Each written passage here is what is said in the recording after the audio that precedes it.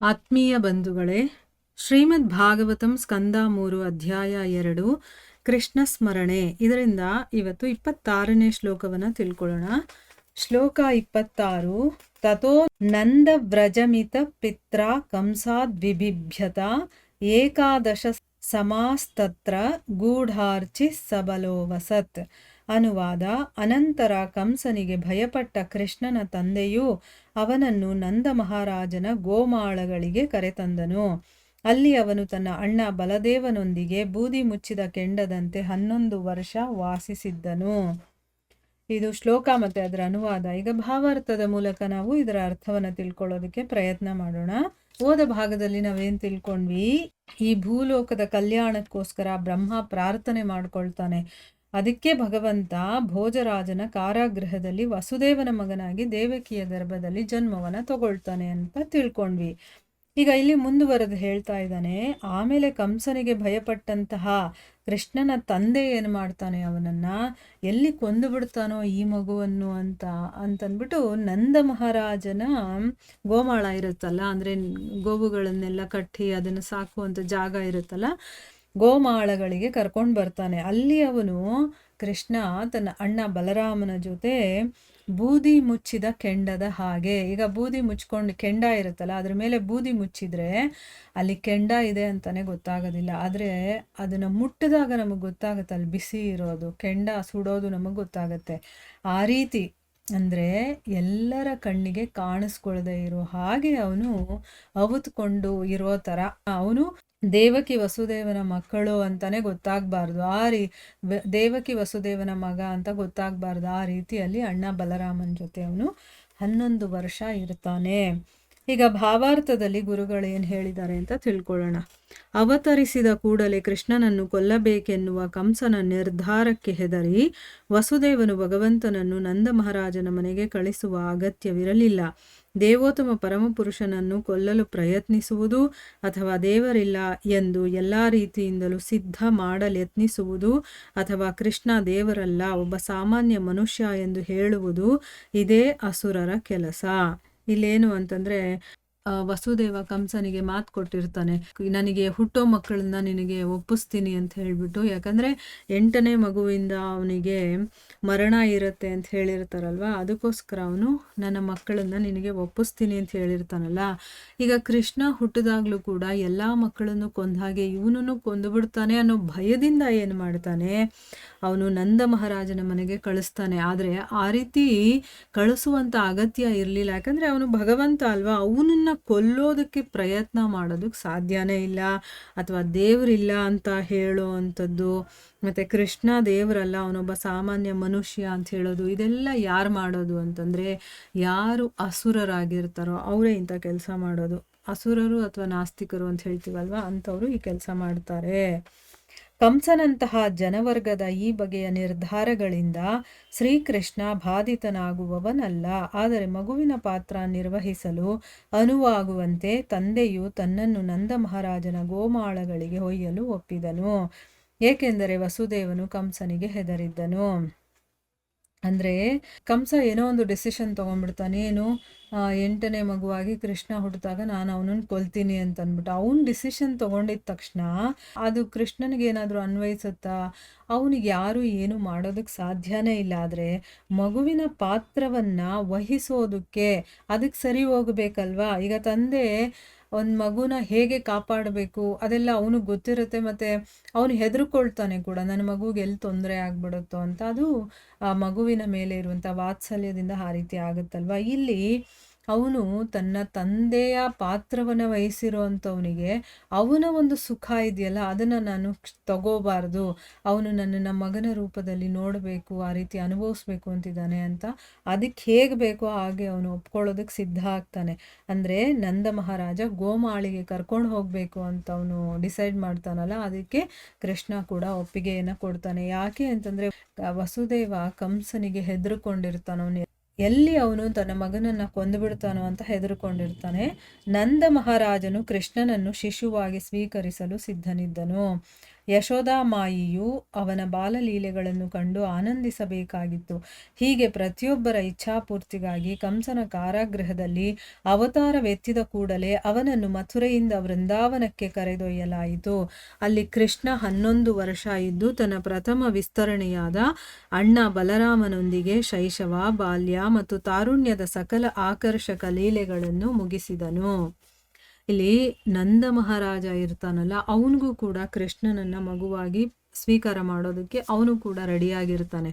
So ಇಲ್ಲಿ ವಸುದೇವ ಆ ಮಗುವನ್ನ ತಂದು ಇಲ್ಲಿ ಬಿಡಬೇಕು ಅಂತ ಅವ್ನು ಡಿಸೈಡ್ ಮಾಡಿ ನಂದ ಮಹಾರಾಜನ ಹತ್ರ ಕರ್ಕೊಂಡು ಬಂದಾಗ ಅವನು ಕೂಡ ಒಪ್ಕೊಳ್ತಾನೆ. ಮತ್ತೆ ಯಶೋದೆ ಕೂಡ ಅವಳು ತುಂಬಾನೇ ತಪಸ್ಸು ಮಾಡಿ ಭಗವಂತನನ್ನ ಮಗುವಾಗಿ ಪಡಿಬೇಕು ಅಂತ ಅವಳು ಇಚ್ಛೆ ಪಟ್ಟಿರ್ತಾಳೆ. ಅವಳ ಇಚ್ಛೆಯನ್ನ ಪೂರ್ತಿ ಮಾಡ್ಬೇಕಲ್ವಾ, ಆ ಬಾಲಲೀಲೆಗಳನ್ನೆಲ್ಲ ನೋಡಿ ಅವಳು ಆನಂದ ಪಡಬೇಕಿತ್ತು. ಹೀಗೆ ಭಗವಂತನ ಒಂದು ಲೀಲೆಯಲ್ಲಿ ಬೇಕಾದಷ್ಟು ಜನರ ಇಚ್ಛೆಗಳು ಪೂರ್ತಿಯಾಗುತ್ತೆ. ಈಗ ದೇವಕಿಗೆ ನೀನೇ ನನ್ನ ಹೊಟ್ಟೆಯಲ್ಲಿ ಹುಟ್ಟಬೇಕು ಅಂತ ಕೇಳ್ಕೊಂಡಿರ್ತಾಳೆ. ಯಶೋದ ಬಾಲಲೀಲೆಗಳನ್ನ ನೋಡಬೇಕು ಅಂತ ಆಸೆ ಪಟ್ಟಿರ್ತಾಳೆ. ಸೊ ಇಲ್ಲಿ ಹುಟ್ಟಿದ ಅಲ್ಲಿ ಬಾಲಲೀಲೆಗಳನ್ನ ಅವನು ಆ ಬಾಲಲೀಲೆಗಳನ್ನ ಮಾಡ್ದ. ಹೀಗೆ ಪ್ರತಿಯೊಬ್ಬರ ಇಚ್ಛೆ ಪೂರ್ತಿಗೋಸ್ಕರ ಮತ್ತೆ ಕಂಸನ ಕಾರಾಗೃಹದಲ್ಲಿ ಅವತಾರ ಆಗಿದ ತಕ್ಷಣ ಅವನು ಮಥುರೆಯಿಂದ ವೃಂದಾವನಕ್ಕೆ ಕರ್ಕೊಂಡು ಬಂದ್ರು. ಅಲ್ಲಿ ಏನು ಮಾಡ್ದ ಕೃಷ್ಣ? 11 ವರ್ಷ ಇದ್ದು ತನ್ನ ಪ್ರಥಮ ವಿಸ್ತರಣೆ ಯಾರು? ಬಲರಾಮ. ಅವನ ಜೊತೆ ಶೈಶವ ಅಂದ್ರೆ ಬಾಲ್ಯದಿಂದಲೂ ಕೆಳಗಡೆ ಇರುತ್ತಲ್ಲ, ಆ ಒಂದು ಏಜ್ ಇರುತ್ತಲ್ಲ, ಅದಕ್ಕೆ ಶೈಶವ ಅಂತ ಹೇಳ್ತಾರೆ. ಆಮೇಲೆ ಬಾಲ್ಯ, ಆಮೇಲೆ ತರುಣ. ಈ ಎಲ್ಲ ಅವಸ್ಥೆಗಳಲ್ಲೂ ಆಕರ್ಷಕ ಲೀಲೆಗಳನ್ನೆಲ್ಲ ಅವನು ಆ ವೃಂದಾವನದಲ್ಲಿ ಮುಗಿಸ್ತಾನೆ. ಕೃಷ್ಣನನ್ನ ಕಂಸನ ಕ್ರೋಧದಿಂದ ರಕ್ಷಿಸುವ ವಸುದೇವನ ಆಲೋಚನೆಯು ದಿವ್ಯ ಸಂಬಂಧದ ಒಂದು ಭಾಗ.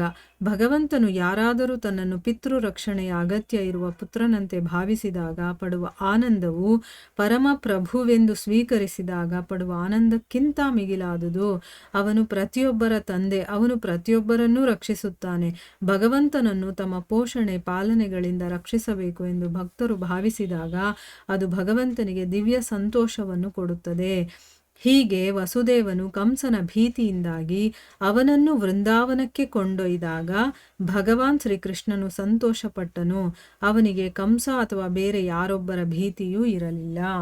ಇಲ್ಲಿ ಕೃಷ್ಣನನ್ನ ಕಂಸ ಕೋಪ ಮಾಡಿಕೊಂಡು ಅವನು ಕೊಂದುಬಿಡ್ತಾನೆ. ಅವನ ಕೋಪದಿಂದ ಇವನನ್ನ ರಕ್ಷಣೆ ಮಾಡಬೇಕು ಅಂತ ಸಾಮಾನ್ಯವಾಗಿ ತಂದೆ ಮಗುವಿನ ಬಗ್ಗೆ ಒಂದು ಬಾಂಧವ್ಯವನ್ನ ಇಟ್ಕೊಂಡು ಅದ್ರ ಮೇಲಿರುವಂಥ ಪ್ರೀತಿ ವಾತ್ಸಲ್ಯದಿಂದ ಯೋಚನೆ ಮಾಡ್ತಾನಲ್ಲ, ಆ ರೀತಿ ವಸುದೇವ ಯೋಚನೆ ಮಾಡ್ತಾ ಇದ್ದಾಗ ಭಗವಂತ ಅವನೇನು ಇಷ್ಟಪಡ್ತಾ ಇದ್ದಾನೋ ಆ ಇಚ್ಛೆಯನ್ನು ಪೂರ್ತಿ ಮಾಡೋದಕ್ಕೆ ಅವನು ಒಪ್ಕೊಳ್ತಾನೆ. ಅವನು ಆಯಿತು, ಇವನು ಏನು ಹೇಳ್ತಾ ಇದ್ದಾನೋ ಅದನ್ನು ಮಾಡಬೇಕು ಅಂತ. ಯಾಕೆ ಅಂತಂದರೆ ಆ ತಂದೆ ಮಗುವಿನ ಒಂದು ಸಂಬಂಧ ಇದೆಯಲ್ಲ, ಅದು ದಿವ್ಯವಾದಂತಹ ಒಂದು ಸಂಬಂಧದ ಒಂದು ಭಾಗ ಅಂತ ಹೇಳ್ತಾ ಇದ್ದಾರೆ ಇಲ್ಲಿ. ಭಗವಂತ ಯಾರಾದರೂ ತನ್ನನ್ನು ಪಿತೃರಕ್ಷಣೆ ಅಂದರೆ ನನ್ನನ್ನು ಯಾರೋ ತಂದೆಯ ಹಾಗೆ ರಕ್ಷಣೆ ಮಾಡುವಂತಹ ಮತ್ತೆ ನಾನು ಅವರ ಮಗ ಅನ್ನುವಂತೆ ಭಾವಿಸ್ಕೊಂಡಾಗ, ಅವರು ನನ್ನ ಮಗ ಅಂತ ತಿಳ್ಕೊಂಡು ನನ್ನನ್ನು ರಕ್ಷಣೆ ಮಾಡಬೇಕು ಅಂತ ಅವ್ರು ಇಷ್ಟಪಡ್ತಾರಲ್ಲ, ಅದು ಭಗವಂತನಿಗೆ ತುಂಬ ಇಷ್ಟ ಆಗುತ್ತಂತೆ. ಅಂದರೆ ನಾನು ಪ್ರಭು, ನಾನು ಇವರನ್ನೆಲ್ಲ ರಕ್ಷಣೆ ಮಾಡ್ತಾ ಇದ್ದೀನಿ ಅನ್ನುವ ಆನಂದಕ್ಕಿಂತ ನನ್ನನ್ನು ಮಗುನಾಗಿ ಪಡೆದು ತಂದೆಯ ಸ್ಥಾನದಲ್ಲಿ ಭಕ್ತ ಇದ್ಕೊಂಡು ನನ್ನನ್ನು ರಕ್ಷಣೆ ಮಾಡ್ತಾನಲ್ಲ, ಅದು ನನಗಿಷ್ಟ ಅಂತ ಹೇಳ್ತಾನೆ. ಅವನು ಪ್ರತಿಯೊಬ್ಬರ ತಂದೆ ಅಲ್ವಾ, ಅವನು ಎಲ್ಲರನ್ನ ರಕ್ಷಣೆ ಮಾಡ್ತಾನೆ. ಆದರೆ ಭಗವಂತನನ್ನೇ ನಾವು ಪಾಲನೆ ಪೋಷಣೆ ಮಾಡಿ ರಕ್ಷಣೆ ಮಾಡಬೇಕು ಅಂತ ಯಾರಾದರೂ ಭಕ್ತರು ಇಷ್ಟಪಟ್ಟಾಗ, ಆ ರೀತಿ ಭಾವನೆ ಅವರಲ್ಲಿ ಬಂದಾಗ ಅದು ಭಗವಂತನಿಗೆ ತುಂಬ ಸಂತೋಷ ಕೊಡುತ್ತೆ. ಇದಕ್ಕೊಂದು ಎಕ್ಸಾಂಪಲ್ ಏನು ಅಂತಂದರೆ, ಈಗ ತಂದೆ ಮಗ ಇರ್ತಾನೆ ಅಂತ ಇಟ್ಕೊಳ್ಳಿ. ಆ ಮಗು ಚಿಕ್ಕದಾಗಿರುತ್ತೆ, ಅದಕ್ಕೆ ತಂದೆನ ತನ್ನ ಮಗುವಾಗಿ ಮಾಡಿಕೊಂಡು ಆ ಮಗು ತಂದೆಯ ಒಂದು ಸ್ಥಾನದಲ್ಲಿ ಇಟ್ಕೊಂಡು ಆಟ ಆಡ್ತಾರೆ ಅಂತ ಇಟ್ಕೊಳ್ಳಿ. ಹೇಗೆ ತಂದೆ ನಡ್ಕೊಳ್ಳುತ್ತೋ ಆ ರೀತಿ ಅದನ್ನ ಪೋಷಣೆ ಮಾಡೋದು, ಅದಕ್ಕೆ ಏನು ಬೇಕೋ ಅದನ್ನ ಕೊಡಿಸೋದು ಅಥವಾ ತಿನ್ನಿಸೋದು, ಸ್ಕೂಲಿಗೆ ಕರ್ಕೊಂಡು ಹೋಗೋದು, ಈ ರೀತಿ ಏನೋ ಒಂದು ಮಾಡಿ ತೋರಿಸಿದಾಗ ತಂದೆಗೆ ಎಷ್ಟು ಖುಷಿ ಆಗುತ್ತೆ. ಅಥವಾ ತಂದೆ ಹತ್ರ ಬೇಕಾದಷ್ಟಿರುತ್ತೆ, ಆಸ್ತಿ ಪಾಸ್ತಿ ಎಲ್ಲ ಇರುತ್ತೆ. ಆದರೆ ಮಗ ಏನಾದರೂ ದುಡಿದು ಅದರಲ್ಲಿ ತಂದು ಒಂದು 10 ರೂಪಾಯಿ ತಂದೆ ಕೊಟ್ಟಾಗ ಎಷ್ಟು ಆನಂದ ಪಡ್ತಾನೆ ಆ ತಂದೆ ಹತ್ರ ಬೇಕಾದಷ್ಟಿದೆ, ಆದರೆ ಮಗ ಕೊಡುವಂಥ ಆ ದುಡ್ಡಿರುತ್ತಲ್ಲ, ನಾನು ಇಷ್ಟು ದಿವಸ ಇವನ ಪೋಷಣೆ ಮಾಡ್ತಾ ಇದ್ದೆ, ನಾನು ಇವನಿಗೆ ದುಡ್ಡು ಕೊಟ್ಟು ನೋಡ್ಕೊಳ್ತಾ ಇದ್ದೆ, ಈಗ ಮಗ ನನಗೆ ತಂದೆಯ ಸ್ಥಾನದಲ್ಲಿ ಇಟ್ಕೊಂಡು ನನ್ನ ಜವಾಬ್ದಾರಿಯನ್ನು ಅವನು ವಹಿಸ್ಕೊಳ್ತಾ ಇದ್ದಾನೆ ಅಂದಾಗ ತಂದೆ ಖುಷಿ ಆಗುತ್ತಲ್ವ. ಅದೇ ರೀತಿ ನಮ್ಮೆಲ್ಲರ ತಂದೆ ಭಗವಂತ, ಅವನು ನಮ್ಮ ರಕ್ಷಣೆ ಮಾಡ್ತಾನೆ, ಪೋಷಣೆ ಮಾಡ್ತಾನೆ, ಎಲ್ಲ ಮಾಡ್ತಾನೆ. ಆದರೆ ಯಾವಾಗ ನಾವು ಅವನಿಗೆ ತಂದೆಯ ಸ್ಥಾನದಲ್ಲಿ ಇಟ್ಕೊಂಡು ಆ ಪಿತೃವಾತ್ಸಲ್ಯ ಮಾತೃವಾತ್ಸಲ್ಯ ಇದೆಯಲ್ಲ, ಅದರ ಮುಖಾಂತರ ಪಾಲನೆ ಪೋಷಣೆ ಎಲ್ಲ ಮಾಡ್ತೀವಿ ಅಂದಾಗ ಭಗವಂತನಿಗೆ ತುಂಬ ಸಂತೋಷ ಆಗುತ್ತಂತೆ. ಇದೇ ರೀತಿಯಲ್ಲಿ ವಸುದೇವ ಕಂಸನ ಭೀತಿಯಿಂದ ಅವನಿಗೆ ಭಯ ಇರುತ್ತೆ, ನನ್ನ ಮಗನನ್ನು ಏನು ಮಾಡಿಬಿಡ್ತಾನೋ ಅಂತಂದ್ಬಿಟ್ಟು, ಅದಕ್ಕೋಸ್ಕರ ಕೃಷ್ಣನನ್ನು ಬೃಂದಾವನಕ್ಕೆ ಕರ್ಕೊಂಡು ಹೋಗ್ತಾನಲ್ಲ, ಆಗ ಭಗವಂತ ಶ್ರೀಕೃಷ್ಣ ತುಂಬ ಸಂತೋಷ ಪಡ್ತಾನೆ.